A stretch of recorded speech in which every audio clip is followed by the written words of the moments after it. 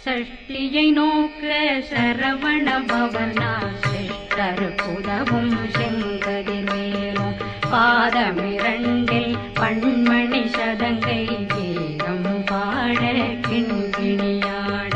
சஷ்டியை நோக்க சரவண பவனார் சிஷ்டர் புதவும் செங்கதிர்வேலும் பாதமிரண்டில் பண்மணி சதங்கை கீதம் பாட கிண்கிணியாட